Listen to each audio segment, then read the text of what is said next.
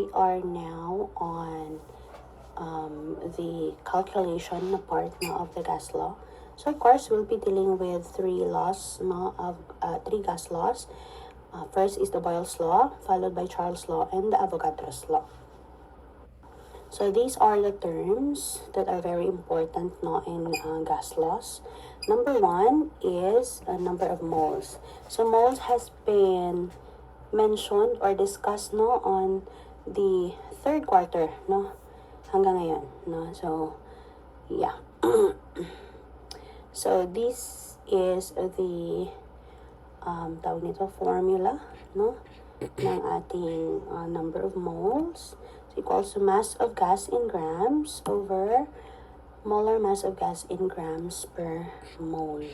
So ganito siya yung kanyang formula. Grams over grams per mole is equal to mole, since mamakancel man ito siya. Okay, mas ma-appreciate nyo lang siya later paano siya gamitin. Another one is the temperature. So temperature is expressed in Kelvin, so we'll not be using the Celsius. If meron namang Celsius, we will somehow convert it to Kelvin. So the formula is Kelvin is equal to degrees Celsius plus 273.15. So according dito, it is important to use Kelvin scale for temperature in the gas law. So the lowest temperature in this scale is 0 Kelvin. Sa kasi sa sa degree Celsius, medyo siya. Ito, which is equivalent to negative 273.15 degrees Celsius, also called absolute zero. This is the reason why bakit Kelvin yung gagamitin natin. It is absolutely the lowest possible temperature that can be reached. So at that temperature, all motions stop. Kaya Kelvin yung gagamitin. So Celsius to Kelvin na mga example. So again, if Celsius yung given, so since we're gonna be needing Kelvin, so we'll need to arrange this formula. So ang formula, Kelvin, so ito nga siya, pag Celsius to Kelvin. So ang given natin is Celsius, and we're gonna add it with 273.15. Example, yung 25 degrees Celsius, i-convert natin to Kelvin. So 25 degrees Celsius plus 273.15 is equal to 298.16 Kelvin. Kelvin to Celsius naman, so we have degrees Celsius is equal to Kelvin minus 273.15. So itong formula na to, parang nilipat lang natin yung 273 sa kabilang side. So, diba, the rule is in mathematics, if you transfer from one place to another, diba, on the equals, especially may equals na sign, so it will be, it will be changed into another, positive or negative pa siya. So, since positive dito, pag transfer, naging negative. Kaya, K minus 273.15. Okay, so example, convert 300 Kelvin to Celsius. So, for us to get the number of Celsius, so 300 yung Kelvin na given natin.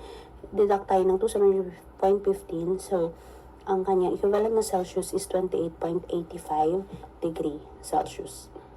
So, more example in converting Kelvin to Celsius, Celsius to Kelvin. So, Celsius to Kelvin, so again, ang formula again is degree Celsius plus 273.15. So, ang given natin first is 1 degree Celsius. So, 0 degree Celsius. So, 0 plus 273.15 is equal to 273.15 Kelvin. How about negative 50 naman yung given? So, negative 50 plus 273.15, so is equivalent to 203.15 Kelvin. How about yung Kelvin naman i-convert natin into Celsius? So, number 3 is 100 Kelvin. So, 100 Kelvin minus 273.15. is equal to negative 173.15 degrees Celsius. Pag 200 naman, of course, we're gonna get 73.15 degree Celsius. So, on this part, you can have your practice on your own if you want to try to convert Kelvin to Celsius and Celsius to Kelvin. Another one is the volume. It is expressed in cubic centimeters and milliliters or liters. So, in conversion, so dito na papasok yung conversion wherein you can see the equivalent, equivalent liters or ml in volume. The fourth one is pressure. It is expressed in atmosphere, millimeters of mercury, torr, or pascal. Pascal unit for pressure. So these are the equivalent na conversion for pressure. So 1 atmosphere is equivalent to 760 millimeters of mercury, which is also equivalent to 760 torr. 1 atmosphere is equal to 14.7 pounds per inch squared or PSI. 1 Pascal naman, is 1 and per meter squared or Newton, per meter squared. 1 ATM naman is equivalent to 101.325 kilopascal, which is also equivalent to 1.01325 times 10 to the power of 5 pascals. So 760 torr is equal to 1.01325 times 10 to the power of 5 pascals. Okay? So 1 torr is, yung 1 torr, if we'll somehow, convert it, to pascal. So ito lang yung gagawin. So 1 torr is equivalent to what? Ilan siya? Ito, diba? 1.01325 times 10 to the power of 5 pascals over 760 torr. So, diba, ito yung conversion niya. So, ganyan lang paglagay. So, of course, this will be cancelled, May torr dapat dito, So, we'll get what? So, ito lang. 1.01325 pascal is divided to 760. So, ang answer is 1.33.322 pascals.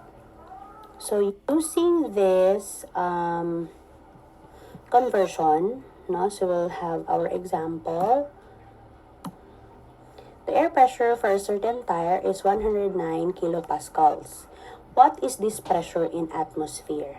So we have our kilopascal here, okay, and atmosphere. So this is the equivalent. 1 atmosphere is equal to 101.3 kilopascals. So of course, ang given natin is 109 kilopascals. So yan. And on the conversion na table or na given, 101.3 kilopascals is equivalent to 1 ATM. So ilalagay natin yung kilopascals sa baba in order for us to cancel this. So our answer for this question is 1.076 or 1.08 atmosphere. Okay? So ganun lang siya kadali. Example number 2. The air pressure inside a submarine is 0.62 ATM. So we have our ATM here. What would be the height of a column of mercury balanced by the pressure? Okay? So, ano ba yung hinahanap natin? Okay? So, ang given natin is 0.62 ATM. So, mercury, balance of mercury or the millimeters of mercury yung hinahanap natin.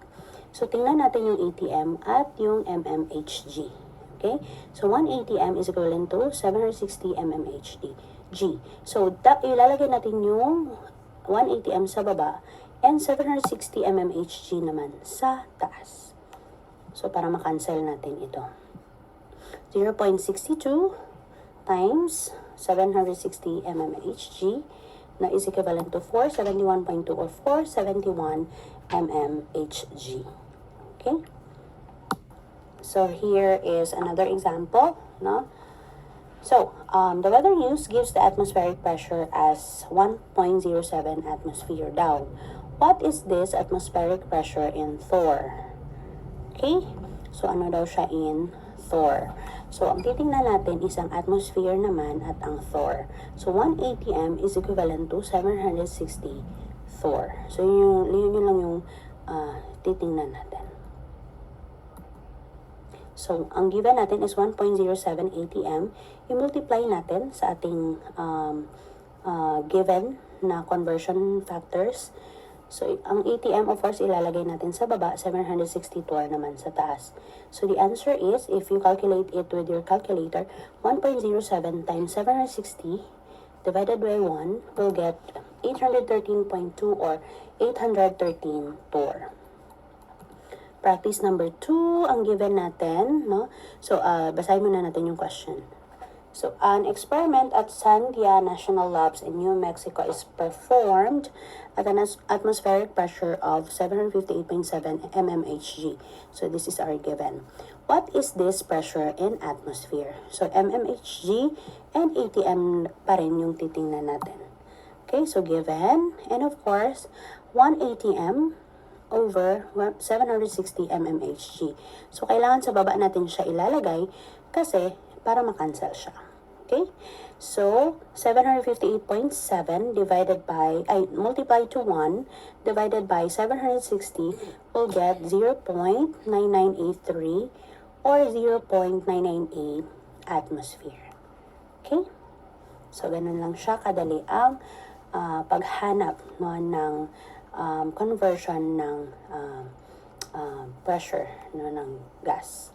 So, this is your assignment number 6, no? So, yeah. The given, no, is 761.3 mmHg.